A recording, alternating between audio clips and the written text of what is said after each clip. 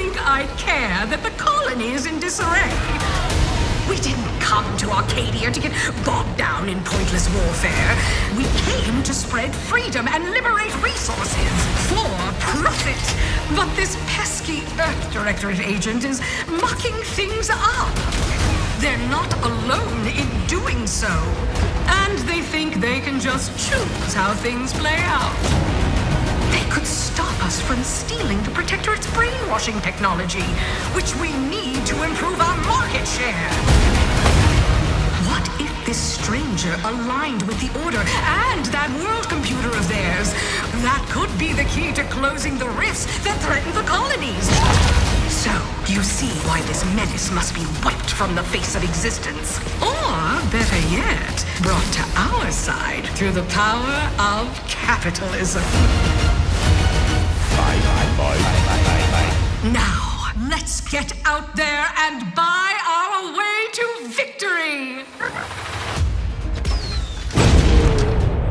I'm yearning and yearning for you. My heart and red in you. Every last bit of my wage, every last bit that I'm paid, every last bit that I save is intended for you.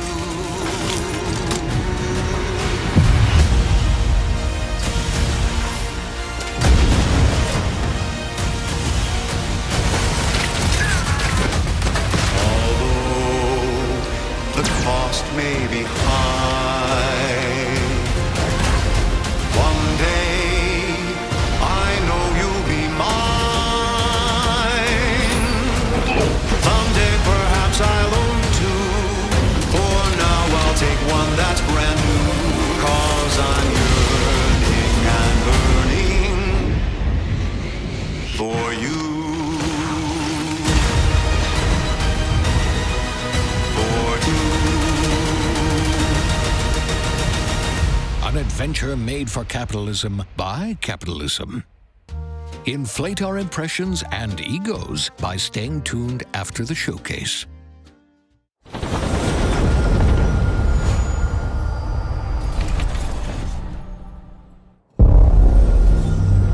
World premiere. Babe, what's wrong? I'm sorry. I've just been so depressed lately. You know, it would fix everything. Humanzapro.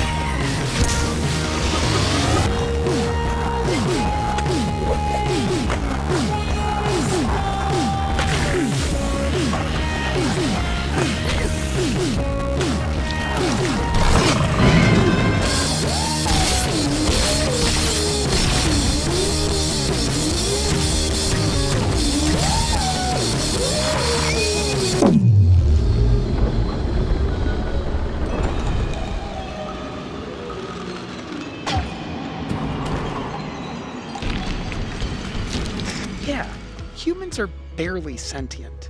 Scientists have done studies, and their brains are like half the size of ours.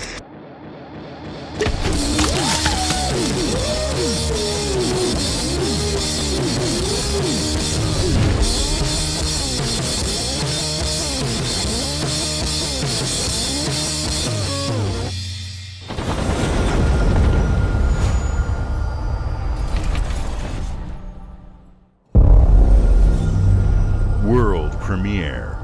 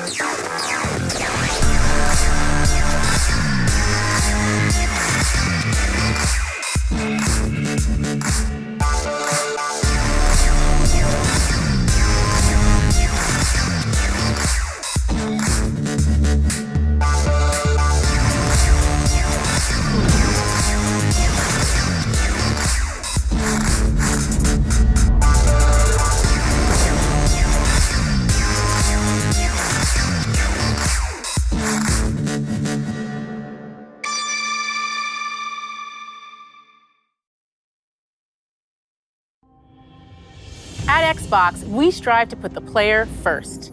And that's what you've seen from us over the years. We've led the industry with backward compatibility.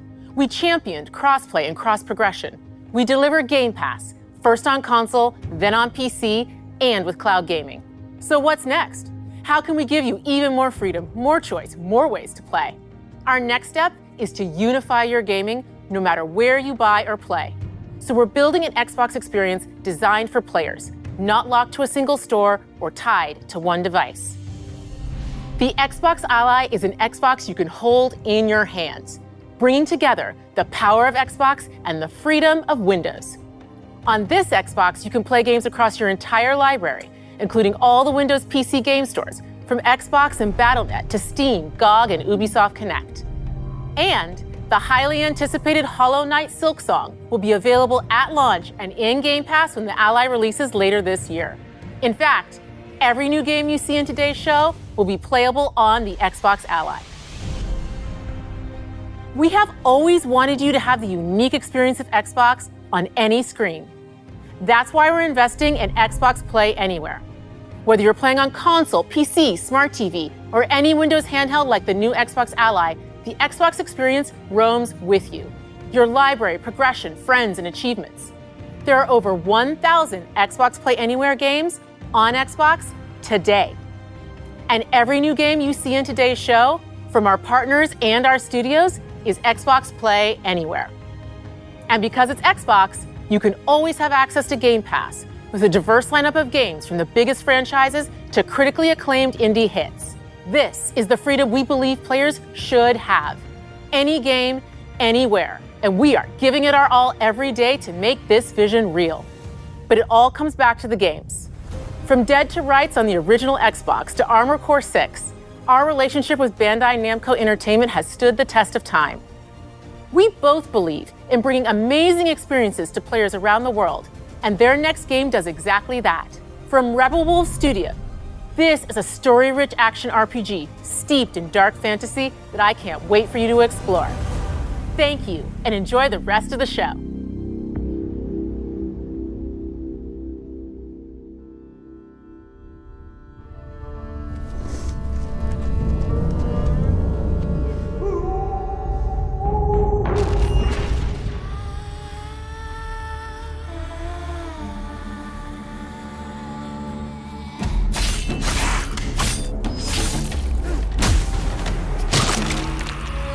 Monsters have always been here, watching from the shadows. And when we were at our weakest, they came out into the light. We feared for our lives, but we should have feared for our souls instead. The vampires didn't come to kill us. No, they came to rule. Turn us into mindless, docile cattle. Not me, though. They tried to change me into one of them. But I became something else instead.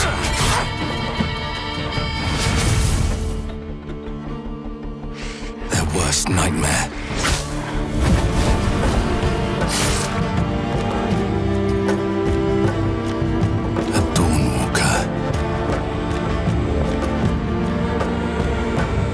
Trapped between the two worlds, fighting to even the score, fighting to understand the evil behind it all. He is out there watching, seeping into you, growing.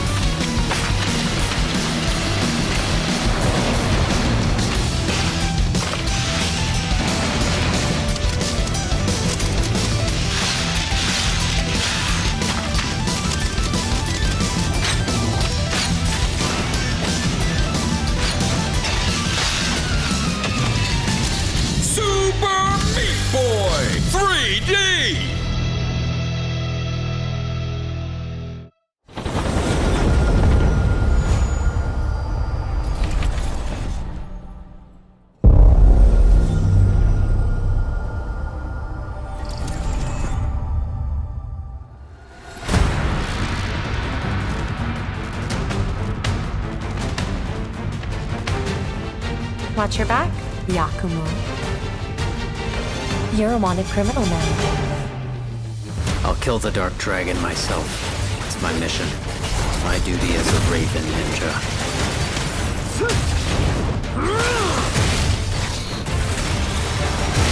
Breaking the Dark Dragon free has its consequences.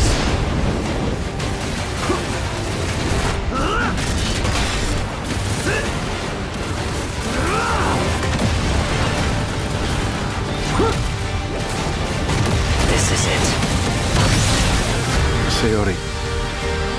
Ryu, there's something I need your help with.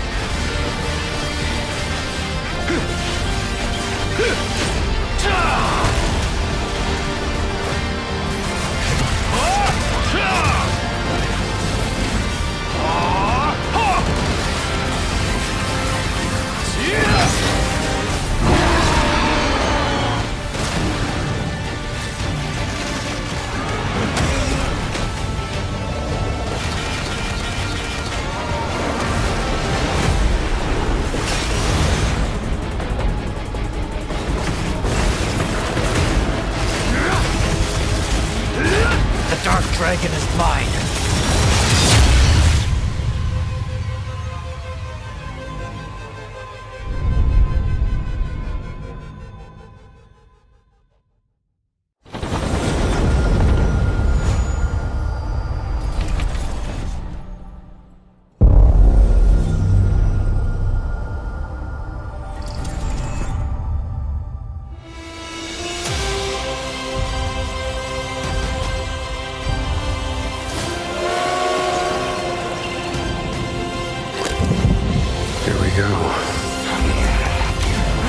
Good luck, Indy.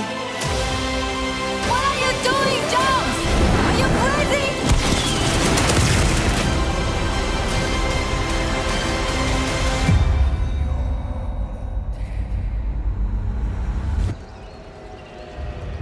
This is where it starts. Beneath the streets of Rome. Enter the city of Antioch. Find the secret relic. Bring it back to the Holy See. Defend the secret. They worshipped the giants.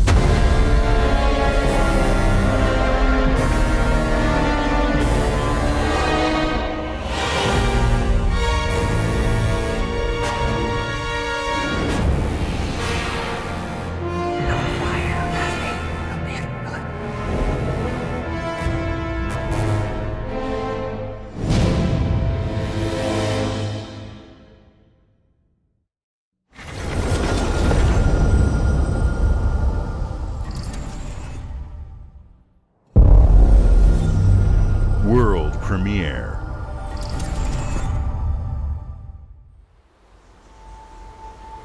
はるか昔、この国に輪廻の獣が現れた。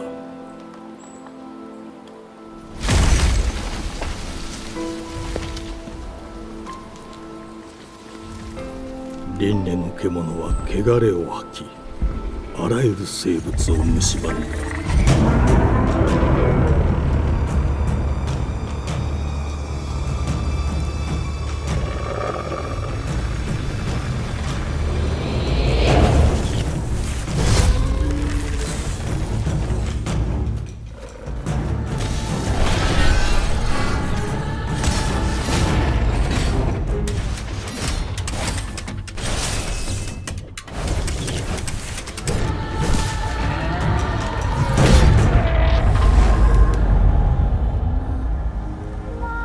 西暦4026年、人類は滅亡を待つのみ。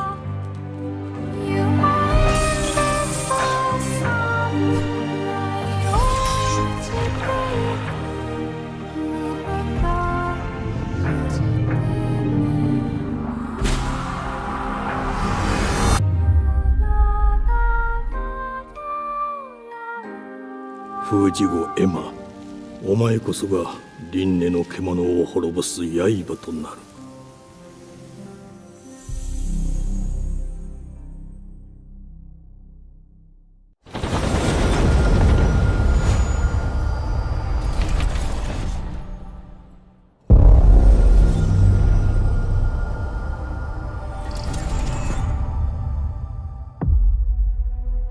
The glittering streets of Avalon sure do shine.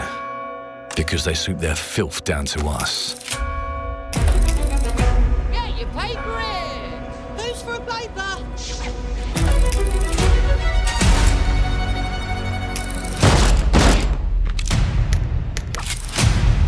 Here's to playing in the mud.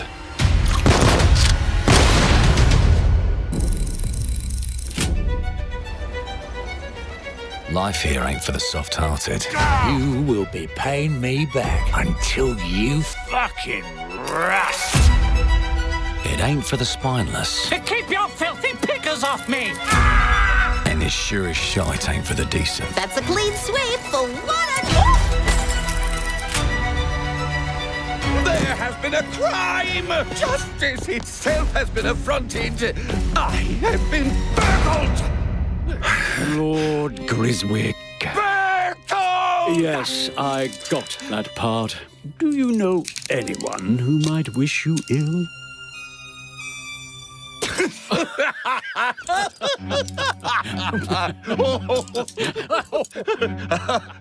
We can't arrest and question everyone.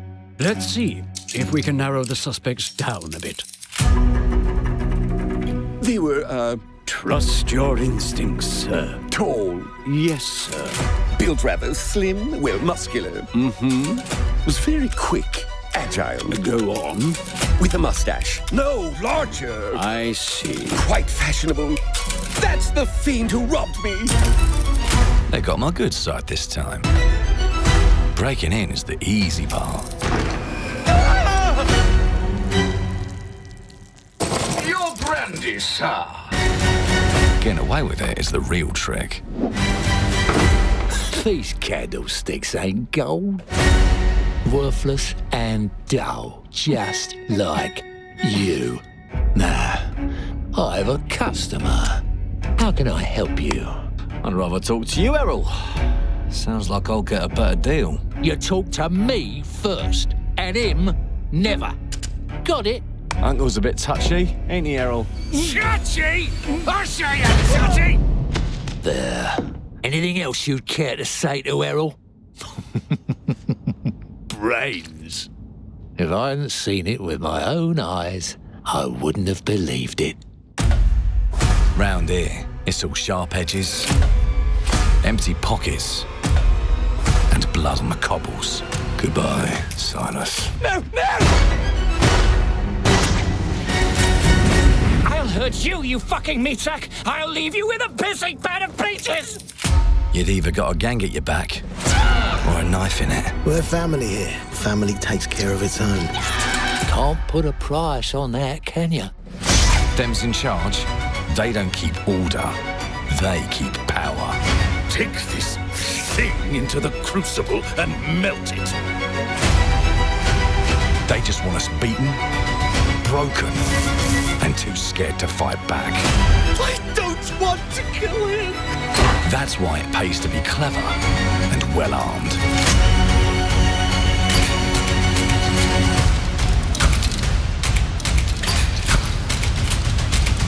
Let's go and end a few arguments.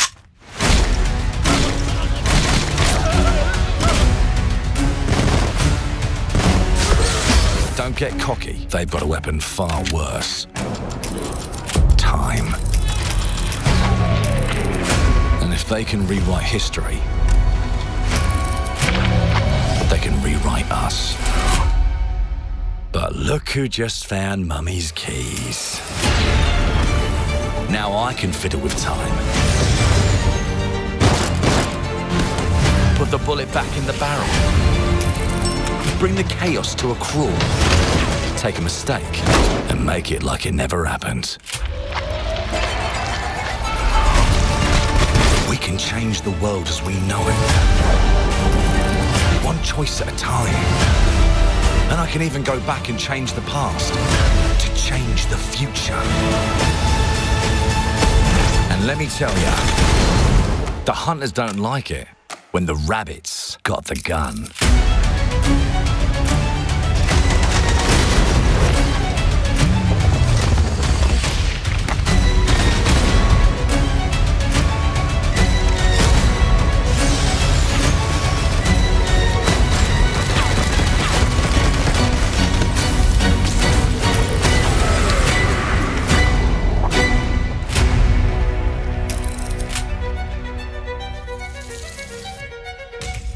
Now let me alone and piss off!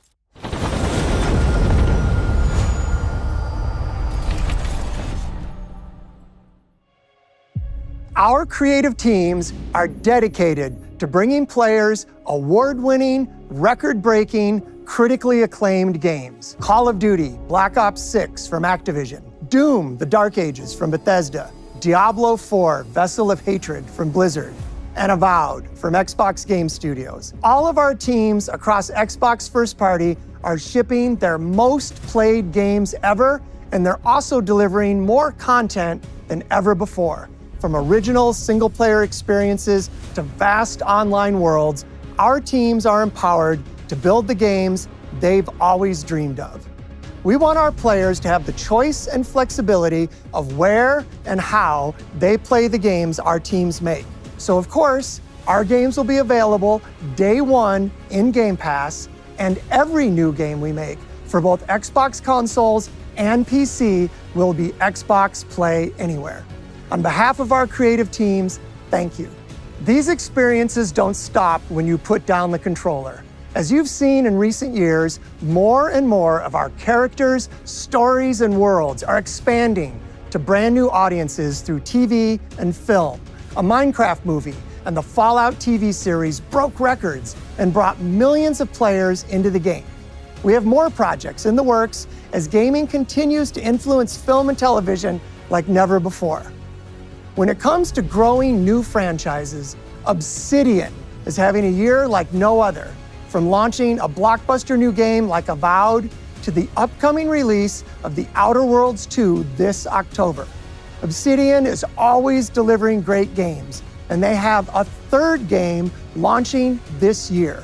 You'll get to go deeper on it in our Direct, but until then, let's take a look.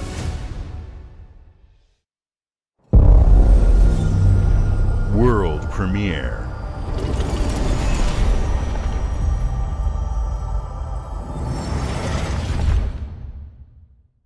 I told you, you can't run from me, you foul beast! No!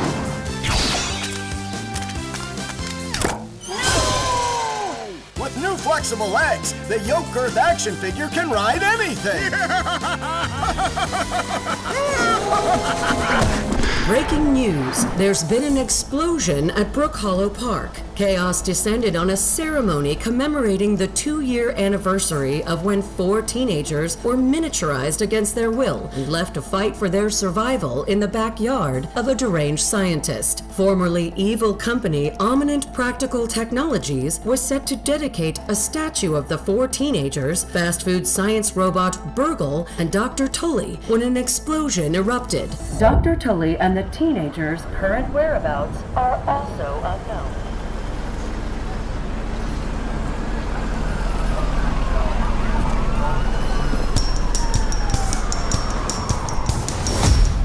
You gotta keep them separated.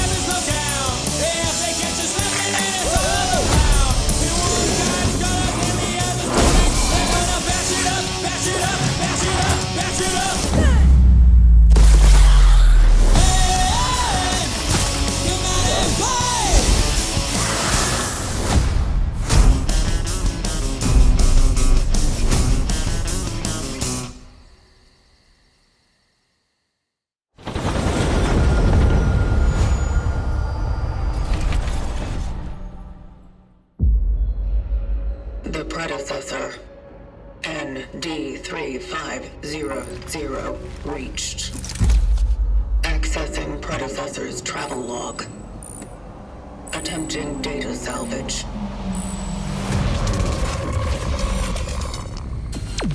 I have encountered an unprecedented orphan. It was in a state of suppressed recomposition. The behavior pattern of the orphans populating the area is highly unusual.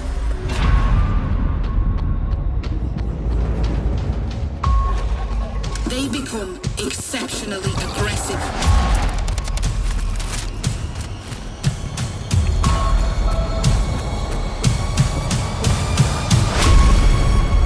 It is highly recommended to proceed with caution.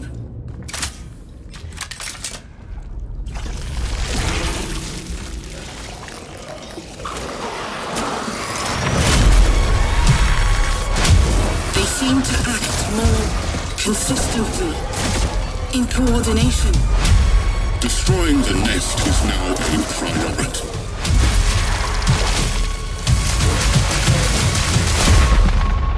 Such is our calling.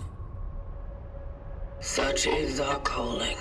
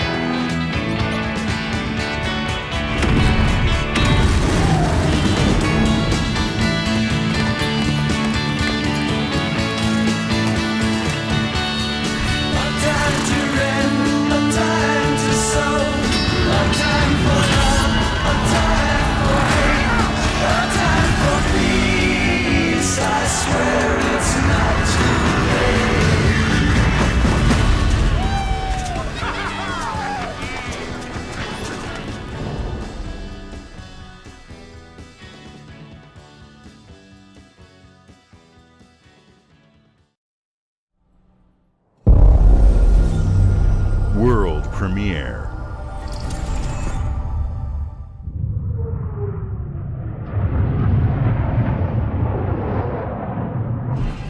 Mayday! Mayday! Hope 1 to mission control! We're falling!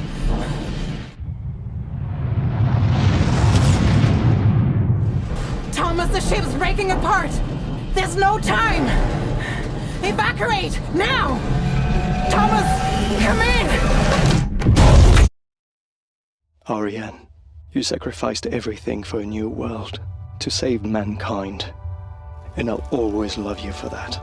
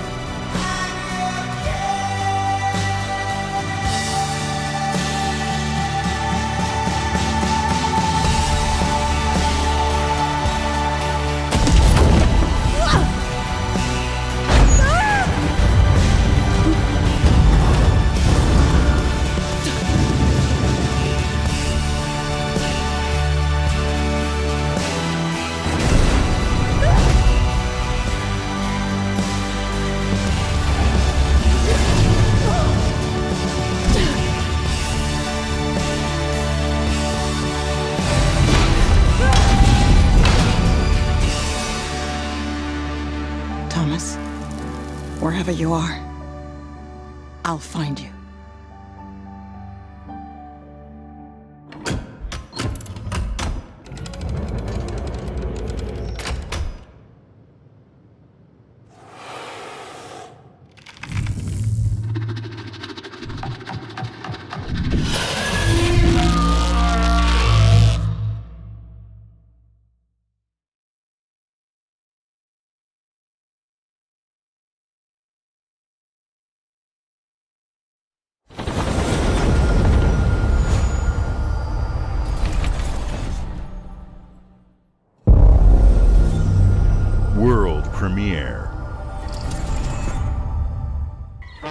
Welcome to England, Mr. David. I know this must be a shock, having never met your real father, but he left you this hotel in his will. It's been in your family for generations. Much like the caretaker. He's a little eccentric. You'll see. Let me welcome you to the Grand, a hotel famous across the land. Every room used to be in such high demand. Your wish I'll command here at the Grand. Well, hello there. It looks like you're about to do some renovations. Would you like some help with that?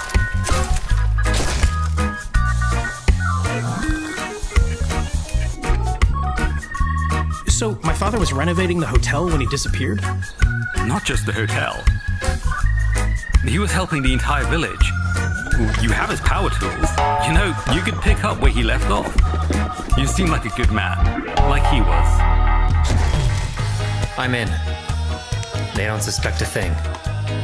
Just make sure the locals don't get wind of what you're really up to. Because if they find out, they will Wickerman your ass. You keep looking into things, and things are gonna start looking back. Don't make the same mistake your father made. In this place, the only one you can really trust is me.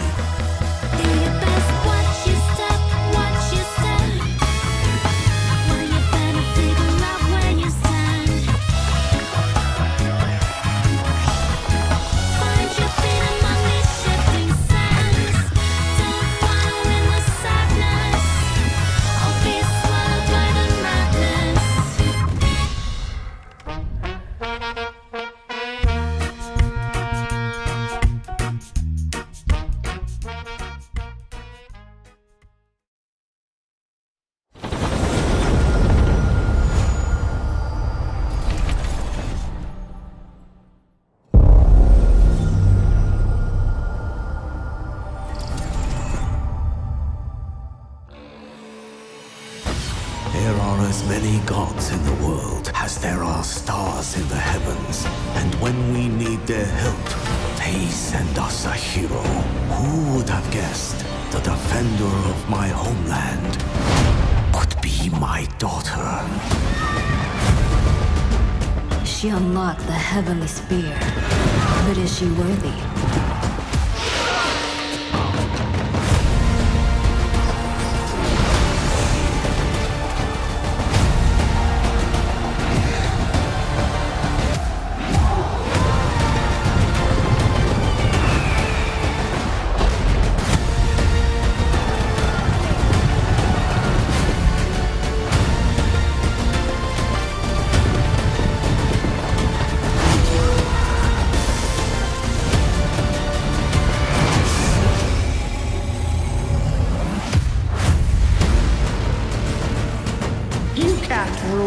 If the heavenly spear is mine.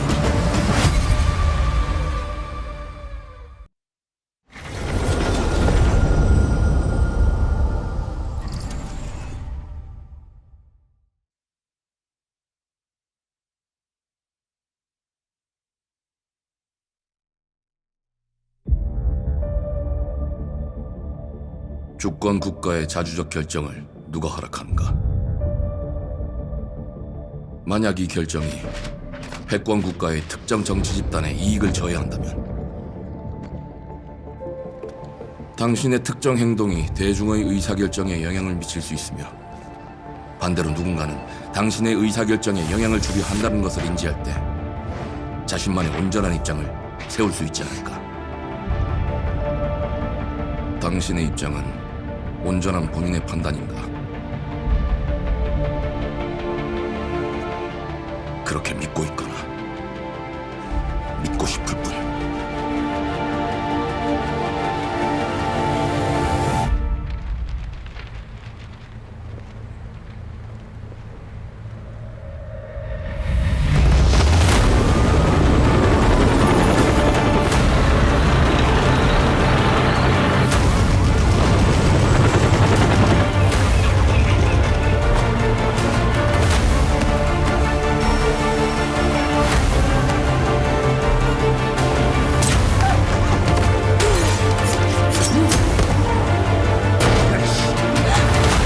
당신은 무엇 때문에 분노하는가?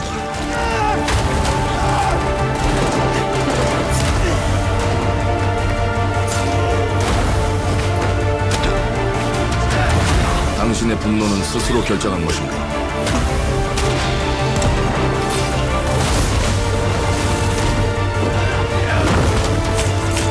누군가 당신의 분노를 이용한다.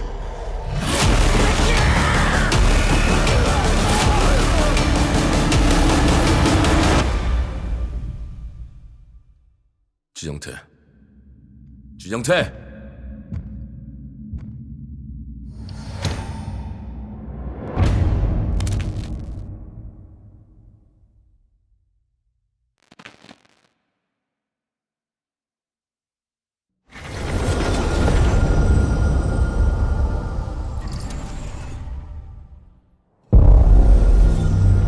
World premiere.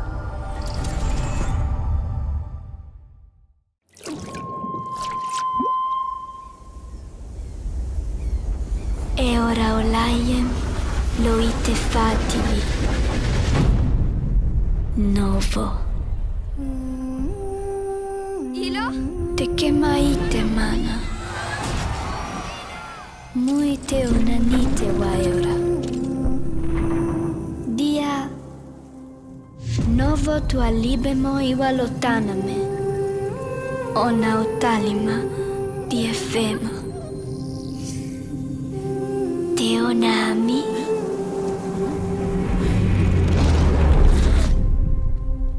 Toma tua calio, terali.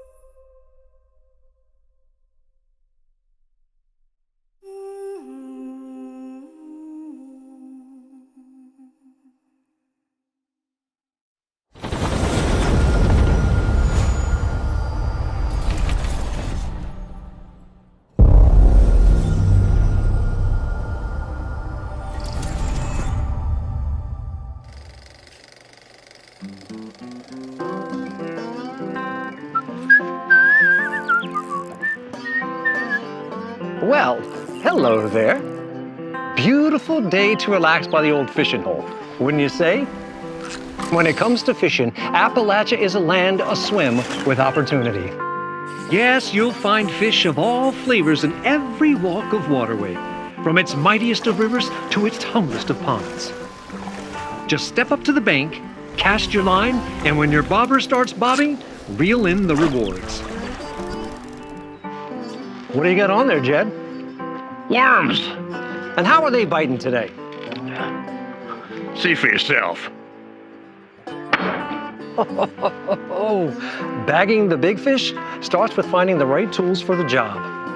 There are as many unique combinations of rods, reels, bobbers, and baits as there are fish in the sea. And when you've caught your fill, pop over to the local tackle shop to swap fish tails. Can you smell that? No matter what troubles plague the future wastelands of Appalachia, you can always find comfort in cozy little joys like this. You just gotta know where to look. Vault Life is your ticket to easy living. Design and build your own little slice of paradise. A place to show off all the bits and bobs you collect in your travels. Got a green thumb? Plant your own peaceful vegetable garden. And nothing warms the heart like a neighborhood cookout. Community makes a wasteland a waste home. Join today, and tomorrow you'll be kicking back and sharing a meal with friends in beautiful Appalachia.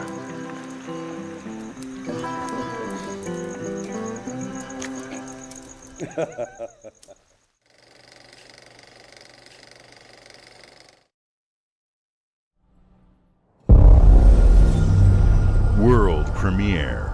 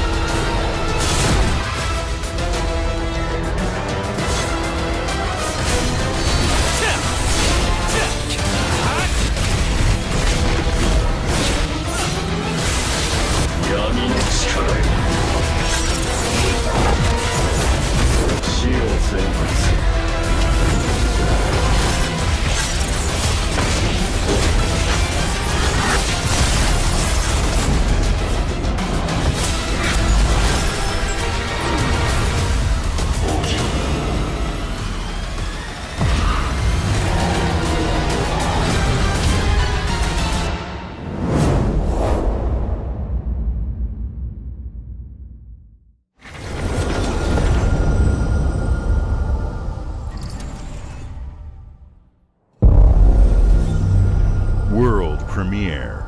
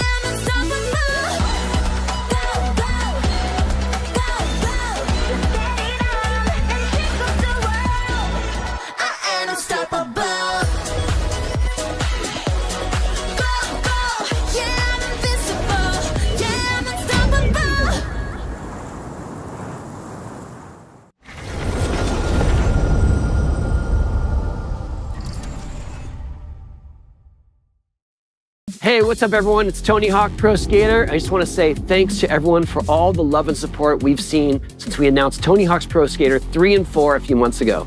These games have changed my life, but more than that, I've seen them help spread a love and appreciation for skating all over the world, and that means everything to me and the team.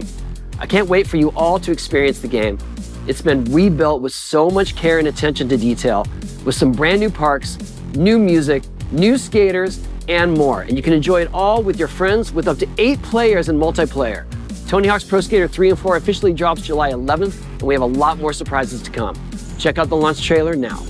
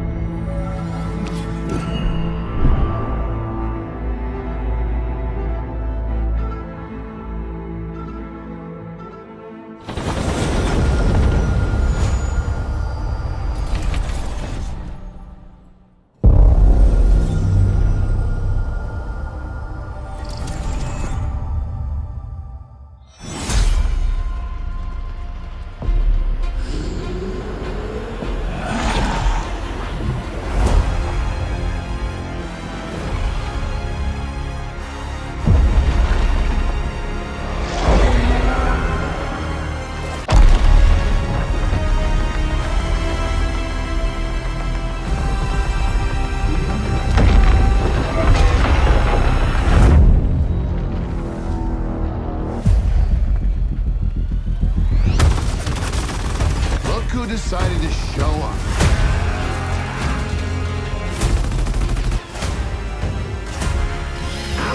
It's time, baby! You think you can still find your way back home, Phoenix?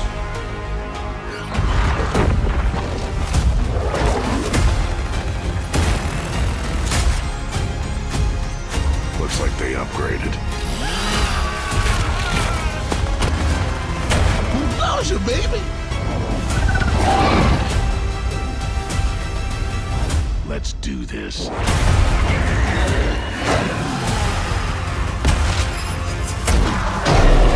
This is gonna be awesome.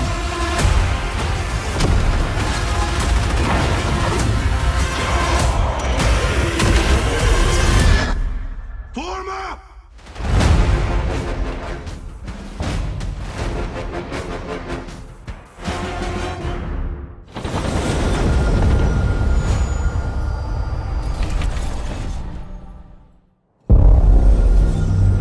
World premiere.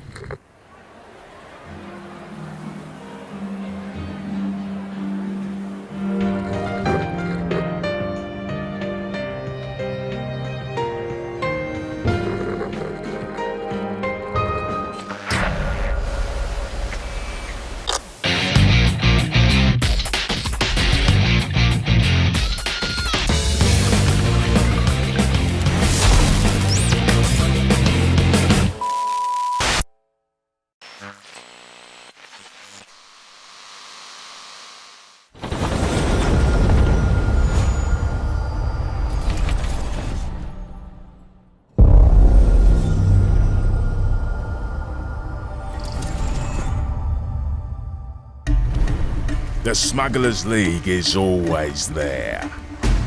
But you won't see us. You won't hear us.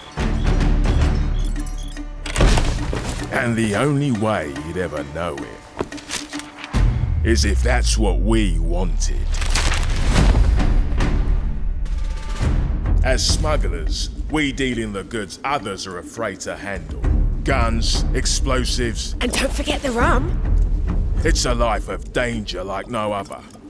So I guess my question is, can you handle that?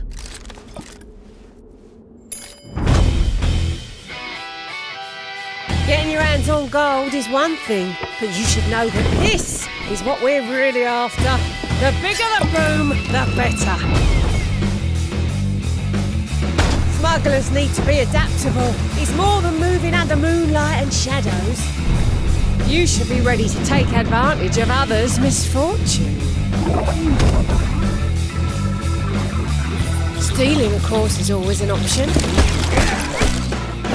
Just do whatever it takes to get the job done. You are pirates, after all. Welcome, my friends, to the Smugglers League.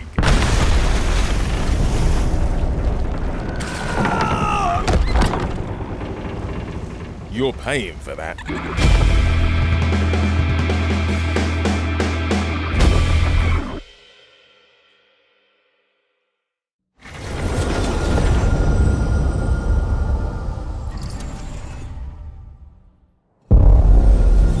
World premiere. Hope you're not in a hurry because northbound is backed up all the way to 18th Street. And the southbound ain't looking much better. But you might This is ridiculous. Please, come on. Are you one of them? You're here, but it's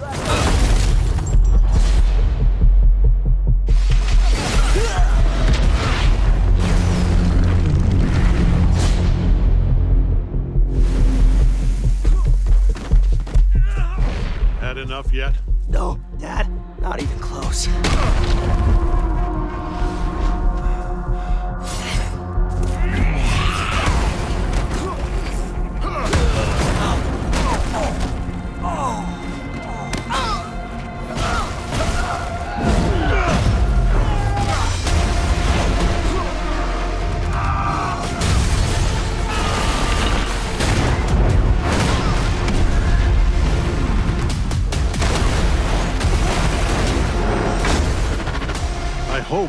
you'd understand why I had to do this.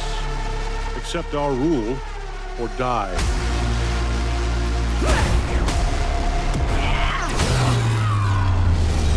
I'd like to propose a third option.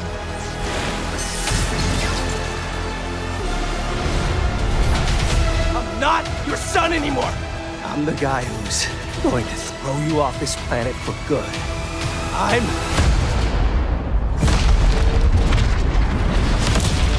trusted you!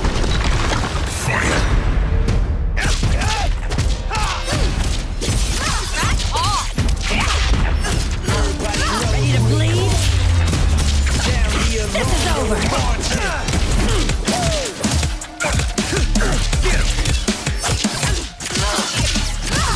All right, coming through. Let's do this! Gotcha. Going up. Come here. Need a hand? Might want to look up. I'm up! See how you like this? It's an army! I am ending you. I see it all now.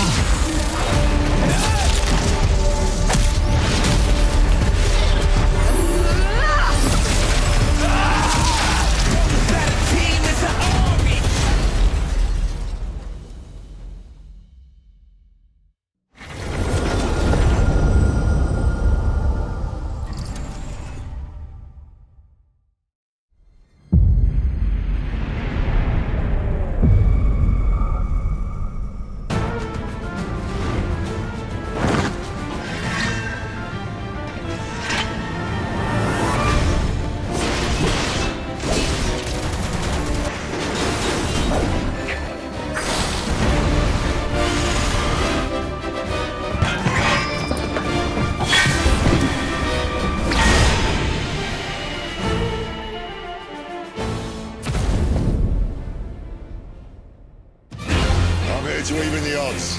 Any objections? Know your place, little lamb. There's no one to save you now. You will answer for what you've done! Our flames are our own, and they burn as one! Come to me, Ifrit!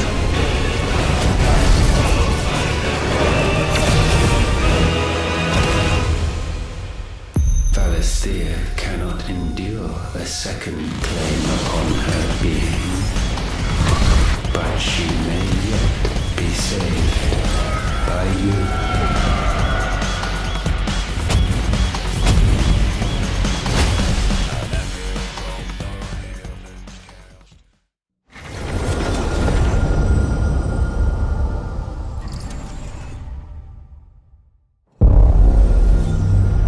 World premiere.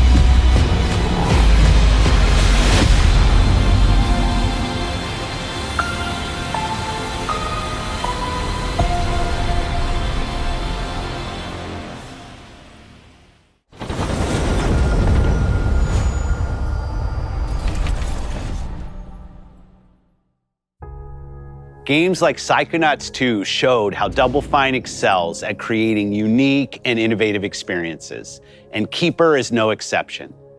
Looking ahead, next year marks 25 years of Xbox. It's a big milestone for the platform and franchises that you helped build and make popular. We couldn't have done this without everyone who's been with us on this journey. As we think about bringing a new generation of players to these iconic franchises, I'm excited to share that players will get to celebrate 25 years of Xbox with a new Fable, the next Forza, Gears of War E-Day, and the return of a classic that's been with us since the beginning. Today, you've seen an incredible range of games from creators across the globe. Creators like In Exile, reaching for new heights with Clockwork Revolution. Sluggerfly, making Team Meat's modern classic platformer into 3D. Square Enix, bringing more of the critically acclaimed Final Fantasy franchise to our players. And Team Ninja, returning to the beloved series they debuted on Xbox. You've also seen the next Xbox hardware release, our Xbox Ally handheld, which lets you bring your Xbox experience and your library with you anywhere. I hope you enjoyed the breadth and depth of the games, updates, and experiences that are coming to Xbox from our partners and our own creative teams. We're seeing more players on our platform and in our games than ever, thanks to all of you. We're proud of the creativity that Obsidian is delivering this year. Immediately after Showcase, our Direct begins, where you'll go inside the studio for an extended look at The Outer Worlds 2 and Grounded 2. Thanks for joining us today. But before we get into the Direct, we have a final world premiere. Enjoy.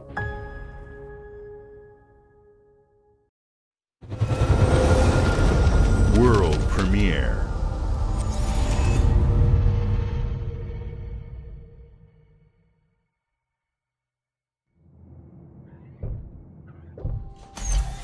Welcome to the Guild. We have been expecting you. Please, follow me. You already know us as a global tech leader. Our software, our systems, combined with our skilled team, is designed to save lives. Your years of service have shown you the importance of our work. Here, you'll witness the global scope of that mission in action. Let me introduce you to our esteemed visionary.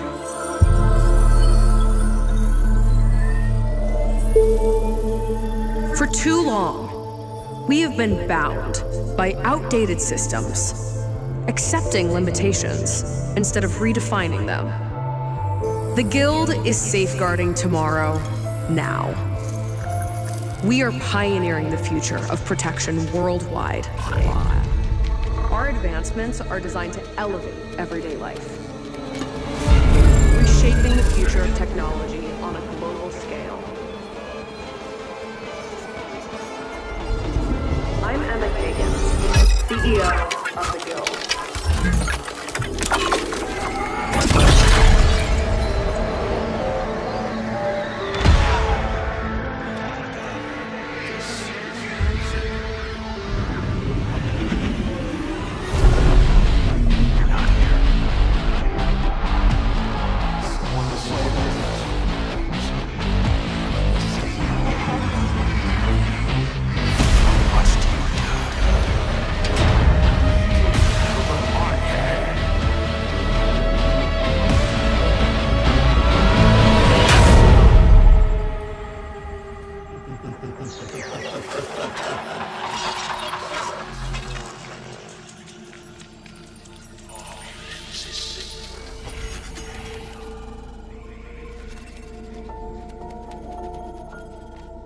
Fear is a powerful thing. David Mason. Menendez.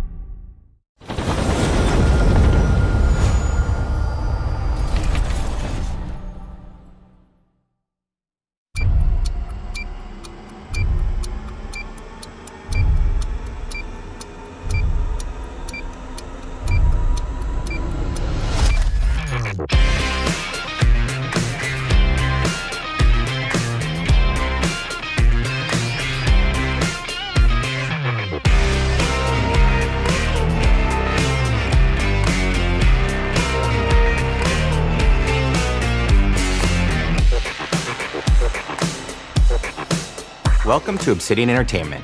We here at the studio have joked around that this has been the year of Obsidian, with Avowed releasing early this year and now ending the year with 2 more games.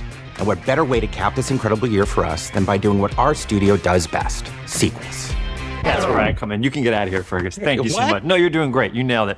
The sequel is the lifeblood of every great franchise. Think about it. The original creates the world and builds fandom, but the sequel, that's what makes it worth remembering. No sequel, no hoverboard. No sequel, no dual SMGs. No sequel, no raccoon tail. No sequel, no Zune 2.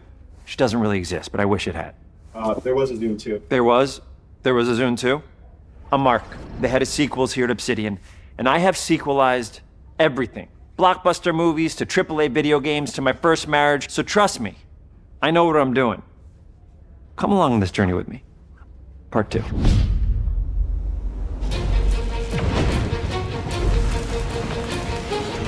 Let the killing commence.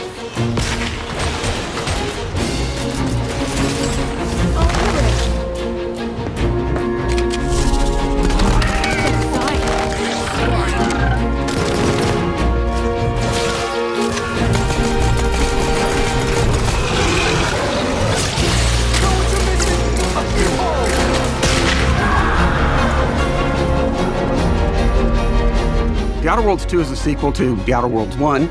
It's a continuation of the themes of robber barons in space and how people are controlled by the stories they're told by the people who have power over them.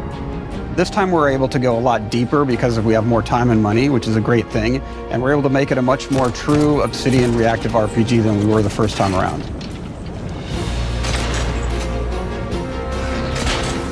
So we're going deeper and more complex with everything for this sequel. Deeper story, lore, RPG interactions, reactivity, all the things we've been known for as a company. It's really a complete realization of everything people want from an Obsidian game. Surprisingly, this is the first time in over 25 years that I've had the chance to do a full sequel for a world that I helped co-create. It's really just a fantastic opportunity to explore and expand the universe in interesting ways, and to go even further with the themes of how people are affected by living in a dystopian corporate reality. You can shoot your way through it, you can talk your way through it, you can sneak your way through it. And so no matter what kind of playstyle that you like, this is just an awesome franchise and an awesome game to jump into, even if it's your first one. The first Outer Worlds was a great base to start from, as it has all the elements of a great Obsidian RPG.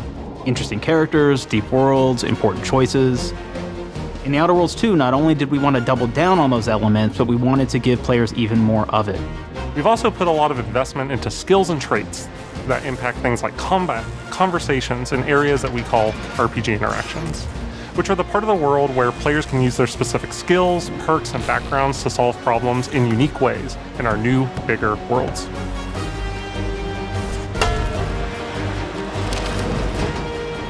I love a deep RPG experience, and building out that RPG crunchiness for our players was at the forefront of what we set out to create. We prioritize those deeper RPG options with different character builds and combos so players can express their role-playing power fantasies. We also have different equipment options for different playstyles and different companions with different abilities.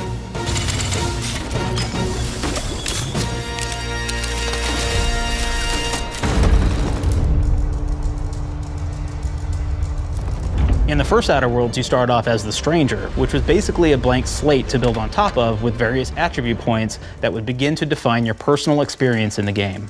You can make any kind of character you want, but we've given you a role. That role is an Earth Directorate agent. You can think of them as kind of like space cowboys or space sky marshals. They're the good guys that go into places and kind of fix everything that's wrong. You're gonna be one of those. But we don't tell you why you joined the Earth Directorate. There could have been a lot of different reasons, right? It could have been because you're an actual lawbringer and you want to go in there and spread law throughout the galaxy.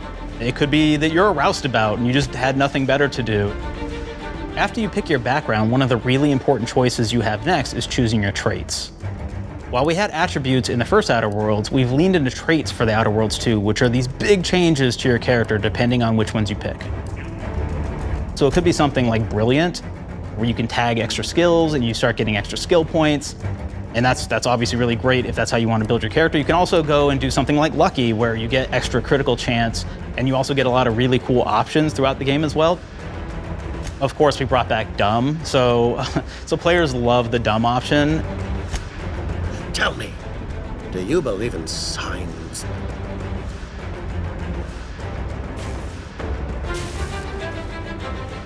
Not quite what I meant, but I like your contempt for boundaries. I could put your adventurous spirit to good use.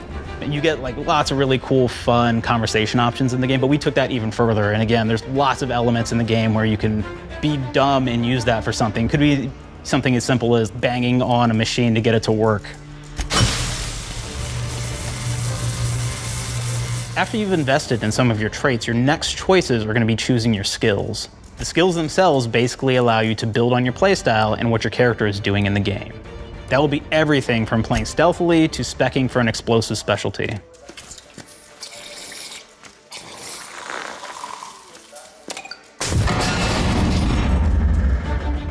Throughout your entire journey, your character continues to change with the different choices you make. In the Outer Worlds 1, actually had more skills than we have, so we condensed them down to really the core and essence of what we really wanted there.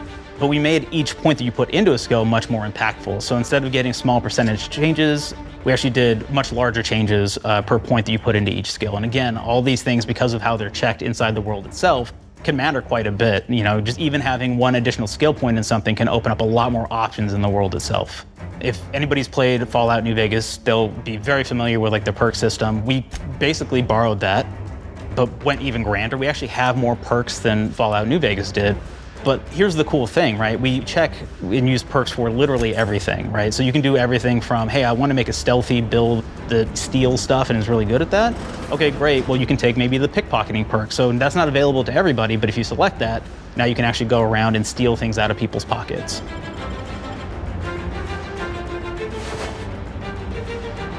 There's another perk called heavy-handed, right? Where say you're a melee person, what this does is now your power attacks that you use actually knock people down.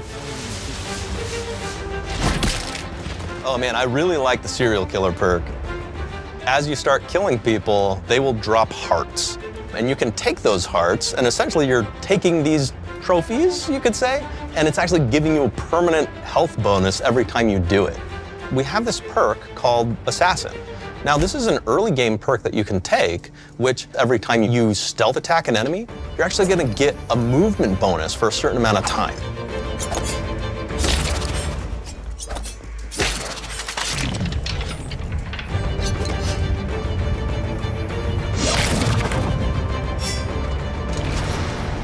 Flaws were a system that everybody loved from the first game, but we wanted to make it more personal to the player. We wanted it to really reflect how you were playing the game and give you a bonus that you actually wanted to really engage with. With the flaw system returning, we knew we needed to go bigger, better, and more real than ever before. So we turned to the team. And I told them, no bad ideas. Give me what you got. Okay, we need more flaws. We need them to be real. I want to put them in the game, so give me something. Inspiration. What's wrong with you? Oh, I have bad knees. You got bad knees? They hurt when you walk a lot? Yes. When you walk too much, they hurt? No cartilage. Sounds boring. Makes you sound like a boring person, but it's in the game. I know it. It's a good flaw. What about you? I like to take small things sometimes. So you're stealing? No, I'm taking. When do you give them back? I don't. Claire? Yeah, you shouldn't be stealing. What are you doing? You shouldn't be stealing, Claire. Tiny crimes. Tiny crimes? Do you hear the second part, though? It's a crime. Well, You're stealing. Claire, that's wrong. You can't steal things, okay? But it's an amazing flaw, and I'm putting it in the game. But you're a bad person. And are you the one that took my stapler? do you need it? Yeah. Give it back. Okay. Please. You, what do we got? Flaw. I like to stare at the sun. How long did you stare at the sun? Just lunch break. An hour? Oh, I only get 30. You guys get an hour? I get an hour. An hour. Oh. Makes me feel energized. How many fingers am I holding up? 3. No. Anything else? We'll put it in the game. We'll put it in the game because I feel bad for you. Anything else? One of my favorite flaws is something called bad knees. It will actually give you the option to take this flaw that'll make it so that you move faster throughout the game. But the problem is, anytime you stand up, your knees are going to make a loud popping noise that makes it so that, well, everyone around you is going to hear you. There's one called Kleptomaniac. This is really interesting because what it does is when you steal something, you can actually sell it for more bits than normal. And like that sounds really great. The drawback is sometimes when you're looking at things in the world that are owned by somebody else, you'll automatically steal them. So you have to be very careful about how you use them. One of our more wacky perks is the Sun Gazer Flaw, and it just gives everyone cataracts while playing their game. So everything becomes like light shafts and blooms and hazes, and makes the game pretty unplayable if you happen to choose that perk. If you happen to be the type of player that habitually reloads your weapons like I do, well, you'll be offered the flaw of overprepared. Now, you'll get larger magazine sizes on all of your weapons, but if you ever fully empty your magazine, you're gonna take a debuff for a while. While we support options like being a gunslinger who wants to key into destructive weapons, or a rogue who wants to alpha strike their enemies before they know what hit them, we also allow for a lot of fun and experimental builds. You can be a mad scientist who utilizes gadgets and wacky science weapons and armors, or even a psychopath who gains permanent bonuses to health by murdering their friends. Nothing shows the impact of these character build options better than, in my opinion, the bridge area, which has a quest you get early on in Paradise Island.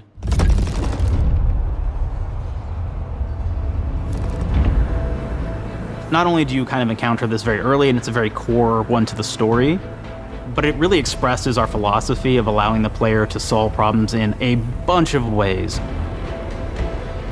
So you may solve it by, speech options. You may talk to them and maybe have to go do a quest for them and really kind of prove that you're a friend of the Protectorate to get by. I may have need of your help, stranger, if you are ready to seize an opportunity to show fealty to the Protectorate. You could go guns blazing and you could just take everyone out inside the POI, lower the bridge itself, and kind of get across.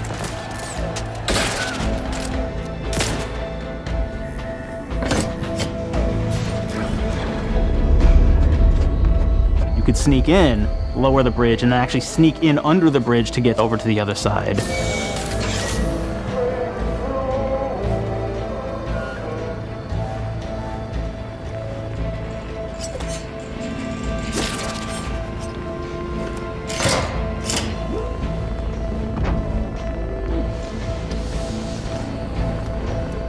You can bypass the bridge entirely if you found like certain gadgets, like the shield gadget that protects you from poison gas as you go across, or the double jump boots, which kind of allow you to jump across the chasm and get across that way. There's even a really kind of messed up way, right? Which is players can actually sacrifice one of their companions. The companion who they just found is part of. We're no different than the Breeze if we start tossing our own to the rats. I sure as law ain't gonna follow someone who can't see the wrong in it.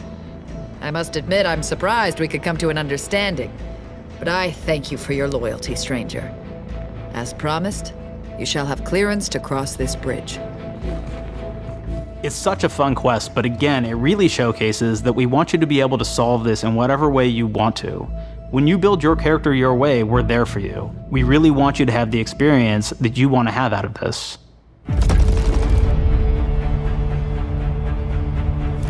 From the very beginning of our discussions about the Outer Worlds, we really knew we wanted every game to take place in a different colony. This lets us expand on all aspects of the universe. Every colony can be its own thing with its own flavor, and we can center them around anything we want. Any ideas or setting we're interested in. Arcadia is an isolated colony with abundant resources, and it's run by an authoritarian faction called the Protectorate. Their dictatorship is thematically based around the question of how much freedom people will give up for security and luxury. For Protectorate subjects, unfortunately, that answer is everything. The Protectorate is also incredibly wealthy because it was founded by the inventor of the skip drives, which are the Outer World's faster-than-light engines. But those skip drives are starting to cause rifts in space-time, which are cutting off all the other colonies on Earth from being able to trade with each other. The Order of the Ascendant is an offshoot of the Order of Scientific Inquiry from the original game, and like them are a science-based religion with the same goal of solving the universal equation, which will allow them to predict and alter the future to the benefit of all mankind. They used to be part of the Protectorate, but they split off to focus on solving the equation for the good of everyone, not as a way to simply control the masses. The player's been sent to Arcadia as an Earth Directorate agent to find out how the skip drives are causing the rifts and what can be done to stop them. Each of the factions have their own solutions to the rift problem and their own goals. The Protectorate wants to close them to protect their legacy as the inventor of the drives and their wealth. The Order wants to close them not only for the good of everyone, but also because they're complicating the math they're using to solve the universal equation. And Antes just wants to be able to open and close them at will to control all the trade routes between the colonies. In addition to expanding the themes and lore of the Outer Worlds, we're also expanding the humor, so each faction has its own flavor of absurdity. Anti's Choice is a merger between Anti-Cleo and Spacer's Choice from the original game, and there are corporate representatives in the Outer Worlds too. They've invaded Arcadia to liberate their resources for all of humanity, at a profit, of course. One of my favorite things from Fallout New Vegas is the radio system. It was just iconic for me, and I wanted to make sure that the Outer Worlds 2 had that. So we actually built out 3 different radio stations, one for each of the major factions. You also have a ton of music. Each station might have, like, I think 20 tracks of unique music that we've made for it. It's a lot of stuff.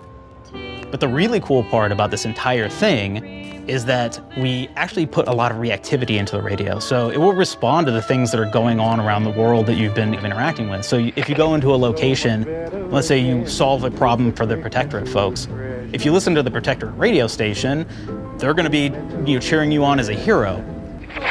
Wonderful news, everyone. The Zeranium gas leaks at the Automech repair facility, strongly believed to be caused by Anti's Choice malefactors, have been corrected. Some hotshot for hire just managed to fix the electrum leak in their repair facility. Now, I'm not saying we caused it in the first place, but we sure like the idea of all those broken automechanicals and all the excessive gasping and choking involved. The factions and companions are great examples of how we're going deeper and more complex this time around. They're integrated into the game's storyline much more than we did on the first Outer Worlds, and like with everything else in the game, they have a lot more reactivity. There are 6 companions in the Outer Worlds too. As usual, each has their own quest lines, but this time they are also connected to a different faction and have character arcs that the player can affect through their choices. Your first companion is Niles. He's another Earth Directorate agent like you, and he's looking for your help to decide whether he wants to become an even better agent or to turn his back on the Earth Directorate completely. There's also a somewhat cute Automech support drone that is basically Niles' helper. Her name is Val.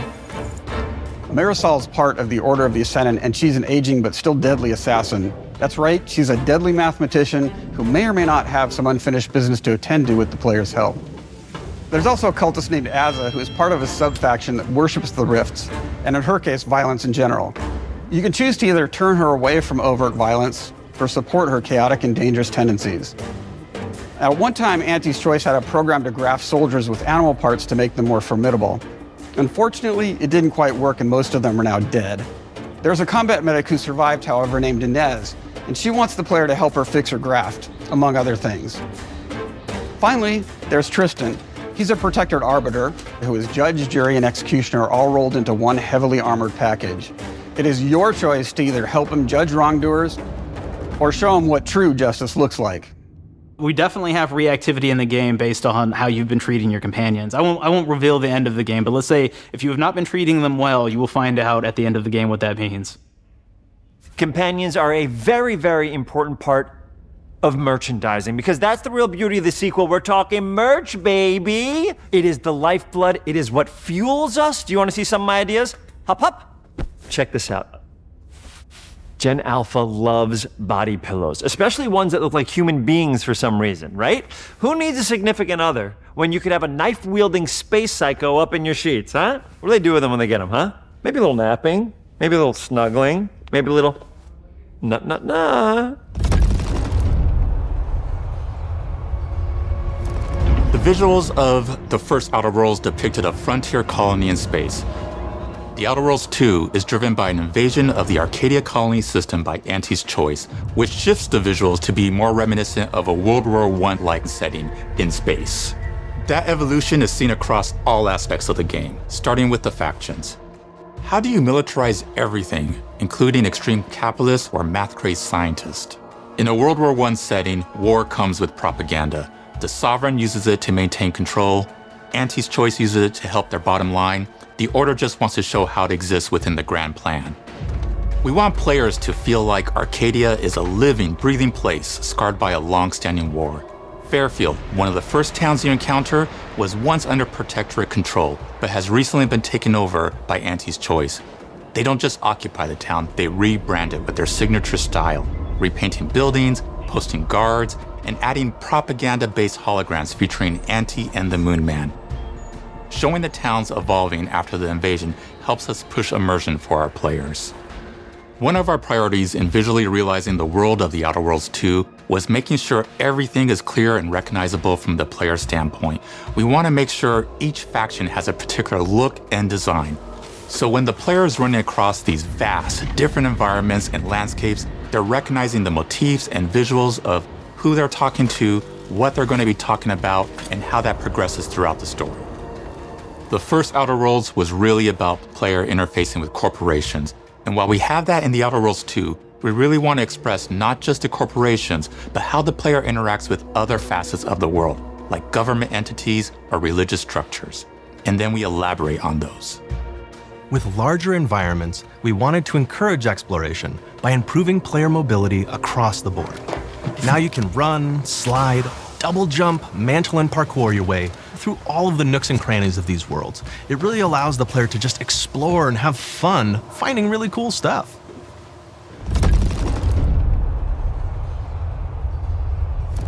We've aimed to make everything in The Outer Worlds 2 better from top to bottom. The RPG elements were the start, but that's touched our story, our art, and especially our gameplay. A good sequel is true to the original. That's first and foremost, right? Like, we all want to add in a bunch of things as you're making a sequel, right? We want to make it bigger and better in every way. That's what we were trying to do here. And I thought, we did not need this consultant. We've made enough sequels. We understand how to do this. And I will say, I don't think it's been entirely successful. I am very proud of the combat improvements we have made in The Outer Worlds 2, thanks to my patented combat system. You may be thinking to yourself, it can't be that good? Shush, what are you even talking about? You haven't seen it yet. Watch this. Put a helmet on, because I'm about to blow all of your minds with my COMBAT system, combat system. My name is Mark, I'm the head of sequels. Shall we begin? You're thinking, what's C for? C. Capitalize the fact that the people loved the first game. We're gonna take those people, we're gonna make them buy the sequel, giving out pounds, pounds, pounds. Quick ones, ha, ha, not you, Dev. Here we go. What comes after C? O. Optimize for player satisfaction. I am terrified of online gamers, okay? I wanna make them happy, so let's, okay? All right. Mobilize the players so they're ready for that sweet pre-order. Clap with me. Sweet.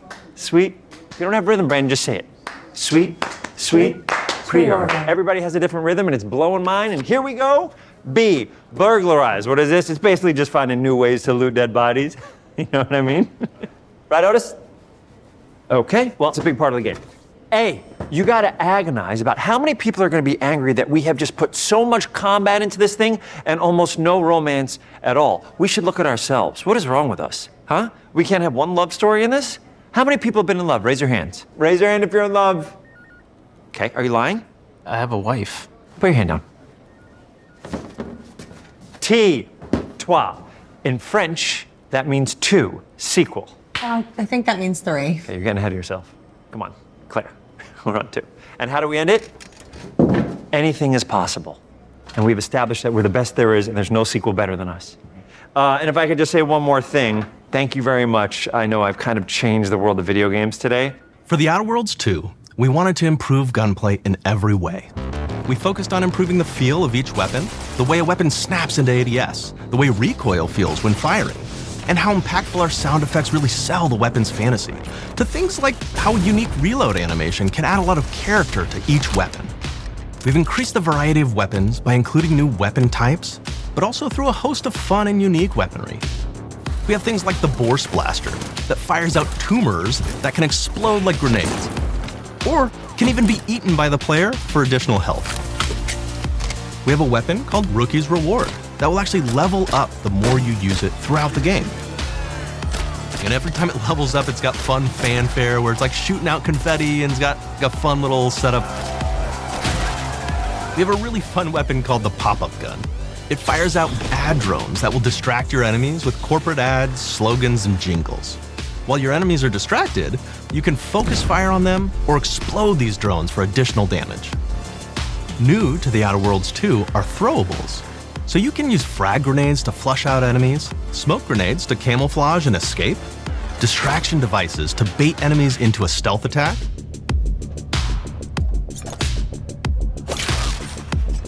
and even science grenades that will levitate enemies, allowing you to fire upon them while they float helplessly.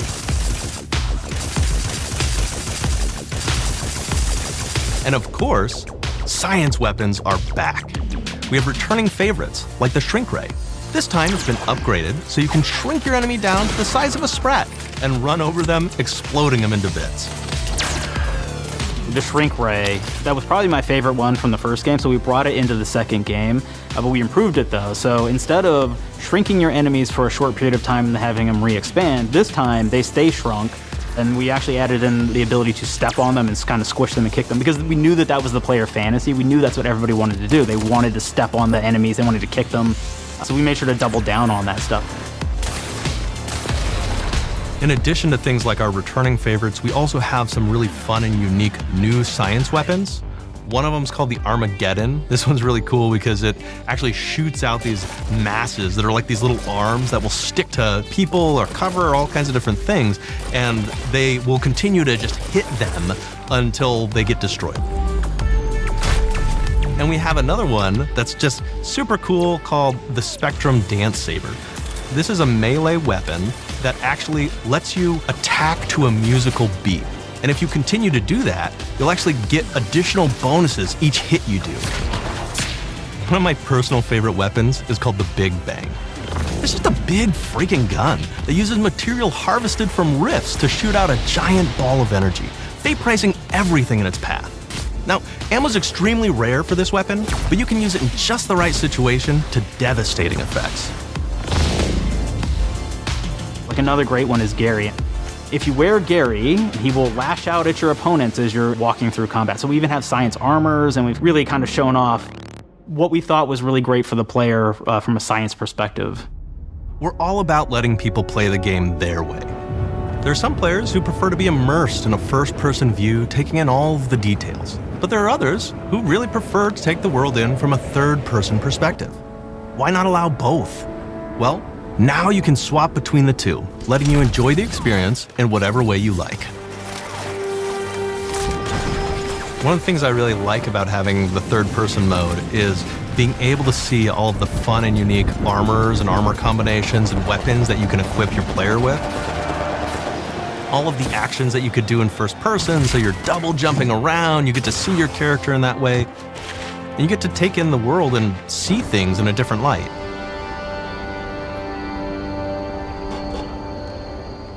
The Outer Worlds 2 is really the biggest game we've ever made.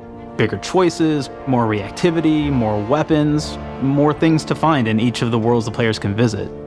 The team has done incredible work bringing the Outer Worlds 2 to life, and we can't wait for you to play it. Even though we've always been a multi-project studio, this is going to be the first time we've ever released 3 games in 1 year. It feels amazing to do. We're so excited for more people to be playing our games. It is truly an exciting time here at Obsidian. We're exploring worlds big and small while expanding on franchises that we've created, and we have no plans to slow down.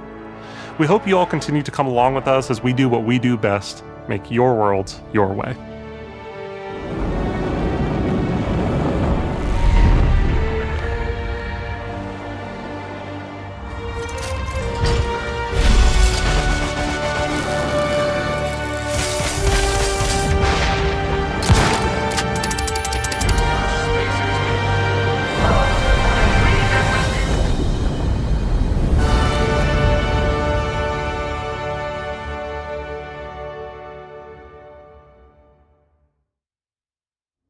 With the Outer Worlds 2, we're all about the best place to play, which is also the promise of Xbox.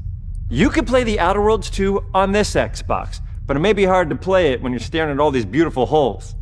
Let's cut that. You can play the Outer Worlds 2 on this Xbox. Oh yeah, now that's Microsoft. Or you can take a phone call on this Xbox, then play the Outer Worlds 2 right after. Excuse me, I'm getting a call. Hello? What am I doing? I'm playing the Outer Worlds. Hello? Yeah, this is Mark.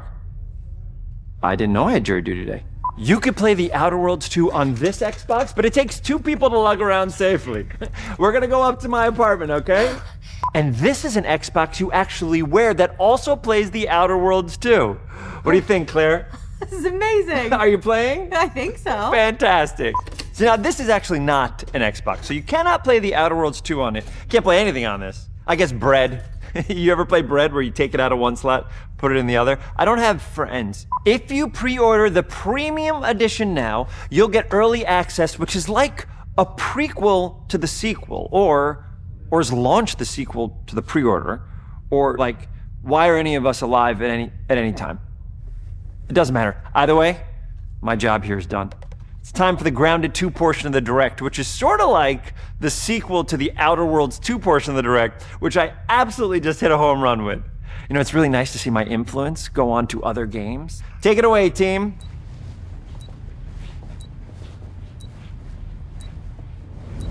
And big exit.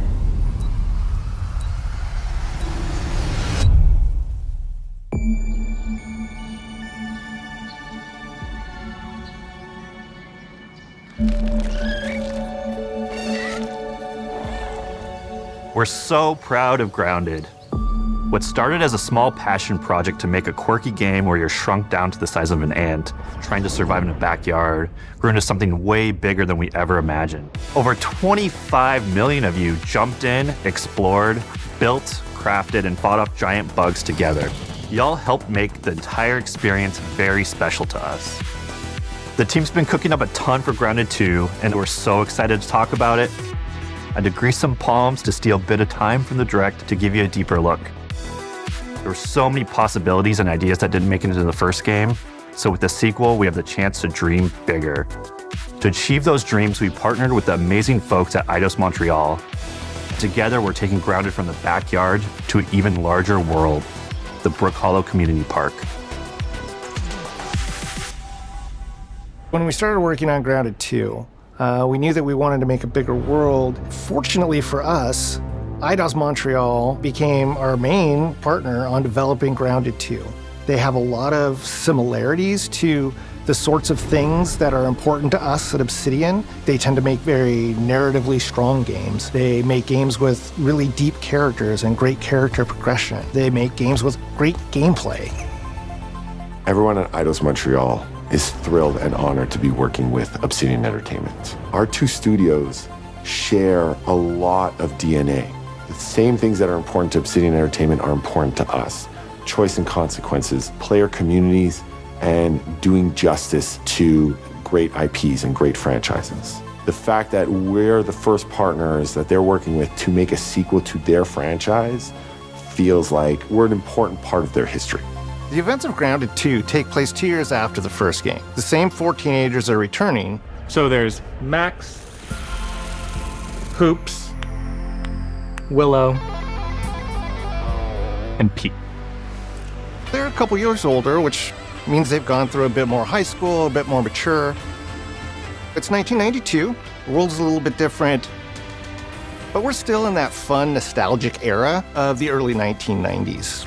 In Grounded 2, we're moving the action out of the backyard and into the Brook Hollow Community Park. Not only is it bigger, it allows us to tell a lot more stories and expand the world of Grounded by exploring what the community of Brook Hollow has been up to and what they've been through. The park overall is about 3 times the size of the backyard, and our initial starting area is actually the same size as the entire backyard from the first Grounded. The reason we wanted to move into a park wasn't just to create a bigger world, but was to give us the opportunity to explore the community of Brook Hollow and what secrets have they been hiding. What we love and what we're excited about in terms of the park is the opportunity to create environments and landmarks that are mundane at normal size, but are colossal wonders when you're the size of an ant. Everything from a giant trash can to a community picnic table or a snack bar. All of these areas come to life in a brand new way. Part of the fun in Grounded 2 is that the park was evacuated really quickly right before our teens were shrunk. And that means that the park has been sort of turned upside down and is in a topsy-turvy state. And that leads to really fun environmental storytelling, but it also leads into the creation of amazing biomes for our characters to explore. One of my favorite examples of this is the ice cream cart. In all of the commotion, the ice cream vendor's cart has been knocked over and its contents have spilled out into the ground. And what this means for our young adventurers is that they'll be able to explore this frozen cave of interesting challenges and colorful Lovecraftian horror. We have one anthill that's actually somebody decided to bury a bunch of toxic stuff in the park. And so there's all these toxic chemicals under the ground. The environment looks very cool and very spooky with all of these sort of chemical pools. And of course, nothing can live down there except for one type of insect, the cockroach. We're oftentimes reinventing environments, and in future updates, you're gonna see a ton of new stuff. You do a lot of fighting against insects of all shapes and sizes. We didn't just want it to look better, we also knew we wanted to add a new layer of strategy. The changes that we've made aren't limited to tuning animations or adjusting attack or defense numbers or making characters or insects move faster or slower. But we did all that too, but there's also an entire sort of rock, paper, scissors strategy involving light attacks, heavy attacks, and blocking. We've also added dashing as a new way to both get out of danger quickly or jump in for a quick attack. And almost all the insects in the game will have these abilities now too. Sort of like a chess match, but one that's super frenetic, looks super cool, and is ultimately just a ton of fun. We're leaning into clear playstyles for tanky warriors, low defense, high damage rogues, effect-wielding mages, and ranged hunters. In the first Grounded, we had mutations, and there were weapons and armors that favored different playstyles. In Grounded 2, not only will there be passive mutations, but there will also be active mutations. And a lot of those mutations support these archetypes. My favorite way to play pretty much any game is chasing after those game-breaking builds. And that's why I'm so excited for what we're doing with archetypes in Grounded 2. I'm all in on the rogue. Now, you can even dual-wield daggers. I've been dialing in this glass cannon build that stacks ambush, assassin, and cardiofan mutations with the wolfbane daggers and the wolf spider armor. It lets me open up combat with massive backstab damage that also inflicts venom. Then, I can use the extra stamina to reposition and try to dodge, rinse, and repeat. It's high risk, high reward, and absolute chaos in all the best way. I'm looking forward to seeing what wild combos the community comes up with and what they inevitably break once they get their hands on the archetype system. It's going to be awesome watching it evolve with player feedback and watching us try to keep up with all of your game-breaking builds. One of the great things about Grounded is the variety of players it attracts, from builders to crafters and everything in between. If you've ever watched me on Casually Grounded livestream, you'd know that I'm neither. I am a murderer of insects. Personally, I prefer the term harvester. I love going out, hitting things, and bringing the materials like insect body parts back to my friends to use. This way, we keep progressing and playing together. We're also trying to make sure that armor and equipment are easily understood by the player, especially when they're playing co-op with their friends. It was really, really important for us to deliver on all of that for the bigger space and experience, because that was the only way we could truly support the feature the community has been asking for since the very first Grounded release. Mounts. Our mounts, we call them buggies, have an entire suite of moves and have their own special abilities and attacks.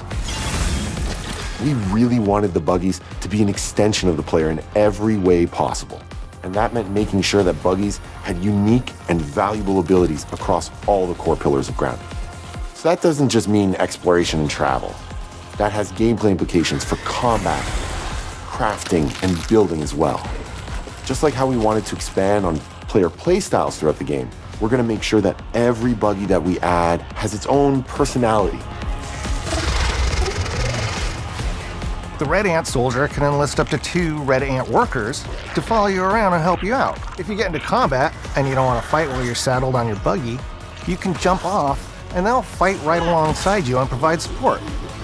The Orb Weaver buggies are a little less useful when it comes to general utility, like building a base or harvesting, but they're awesome when it comes to combat. Sure, their defenses aren't super strong, but they're heavy hitters. They're also super fast and they have some great special abilities, like a scream that allows them to stun lesser-powered insects, and the ability to shoot webs and entangle other creatures. So the Orb Weavers won't be your base-building buggy. You should use the Red Ant Soldier for that. But they're super fun for exploration and combat. Red Ant Soldiers and Orb Weaver Spiders will be available at game preview launch. There will be others in the future, but those are the 2 we're starting with. The connection that our Grounded community has with us is something we want to keep forging with the sequel as we make an even bigger game than the original. Pretty much from day one, we knew we wanted to return to game preview for Grounded 2. Sure, it comes with some trade-offs, like the game's not done and it's out to the world, but there's so much value in building it alongside the community. Buggies change how you traverse and navigate the park. What we're doing with Grounded 2 is we're actually keeping zip lines held back so we can see how players engage with buggies, and then we can tweak zip lines to bring them back over time to really complement that buggy experience and make exploring the park far more fun. That kind of feedback loop helped shape the original Grounded, and we wanted to shape the design for Brook Hollow Park, archetypes, buggies, all of it. We also learned a lot from that first time around. One thing that stood out immediately, players blaze through our content, especially the story. That makes sense. Story, characters, world building, that's kind of Obsidian's thing. It's the flavor we bring to the survival genre. So this time, we're starting with a much bigger baseline. There's been an explosion at Brook Hollow Park. Chaos descended on a ceremony commemorating the 2-year anniversary of when 4 teenagers were miniaturized against their will. One of our favorite parts of the first game was watching the community uncover clues and spin up theories. This time around, we're leaning even more into that, and we'll be keeping a close eye on what our players discover and how they interpret it. Because you never know what might inspire us as development moves forward. We really started to hit our groove at the end of Grounded 1. We found that being open about what we were planning and then following through was key to building trust with the community. As a small team, we had to experiment with update pacing and scope, and what we found resonated the most with all of you were bigger, beefier updates, even if it took us a little longer to land. So that's the plan. Larger, more complete updates spaced out just enough so we can take your feedback seriously and make every drop count. You can expect in our big updates, new buggies, new biomes, new building pieces, all the good stuff. And we're launching with a public roadmap so everyone knows what to be excited about in the future. All of us at Obsidian Entertainment and IDOS Montreal are super excited about how close we are to letting all of you players get shrunk a second time and explore the all-new park on buggies in Grounded 2. If you're a returning Grounded player, we're really looking forward to you experiencing all the improvements. If this is your first time getting tiny, then all I can tell you is that a world with an entirely new perspective and an entirely new feel awaits you in Brook Hollow Park. It's time to ride together and survive together.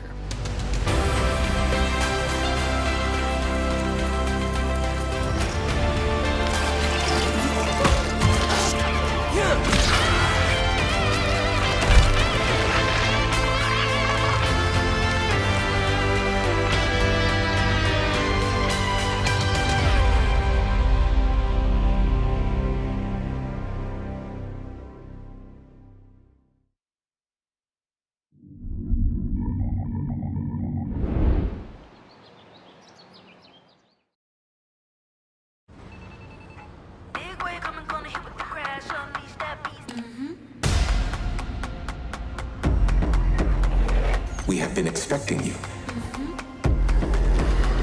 This is where it starts. We can change the world as we know it. Can you handle that? Let's do this. I'm in. I'm here to even the odds. Any objections? Here's to playing in the mud.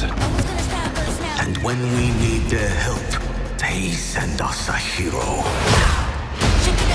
Here we go. Please, follow me.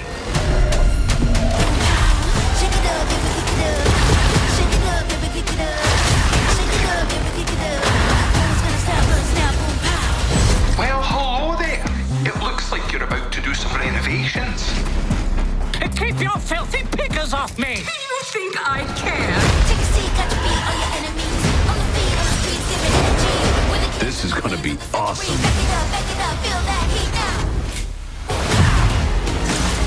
Mayday! Mayday! Hold one to mission control, we're falling!